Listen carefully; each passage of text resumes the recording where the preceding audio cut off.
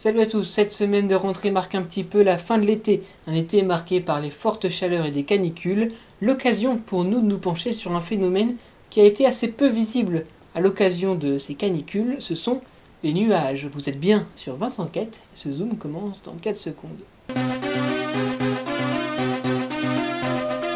Très simplement, un nuage, c'est un ensemble de particules très fines d'eau liquide ou solide maintenues en suspension dans l'atmosphère par les mouvements verticaux de l'air et dont la saturation et la condensation peuvent entraîner la chute de précipitations, et ça, c'est la définition du Larousse. Donc des gouttes d'eau dans l'air de la taille de 1 à 100 microns, c'est-à-dire 10 à 1000 fois plus petites qu'un millimètre. Et ces nuages ont été codifiés aujourd'hui. L'Organisation météorologique mondiale, c'est une branche de l'ONU, reconnaît 10 types de nuages selon 3 altitudes, et on voit ça maintenant.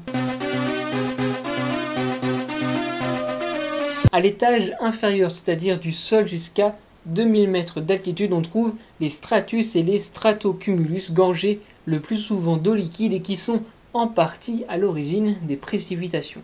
On grimpe vers l'espace au deuxième étage, dit étage moyen. On est ici entre 2000 et 4500 mètres d'altitude. On trouve dans cette couche les altostratus, les nimbostratus et les altocumulus. Ils peuvent être extrêmement larges et sont eux aussi constitués d'eau liquide, avec en plus quelques cristaux de glace.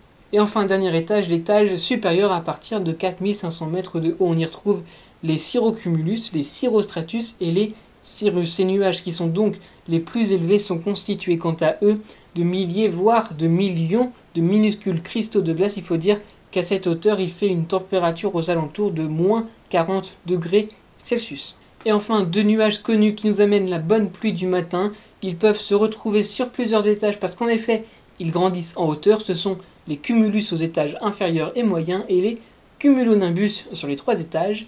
Cumulonimbus, nuage signe d'orage. Rappelez-vous, on en avait parlé à l'occasion de la vidéo sur le crash du vol Rio-Paris. Et à noter également qu'il existe des sous-divisions pour chacune de ces catégories, ce qui vous fait comprendre qu'il existe beaucoup de nuages.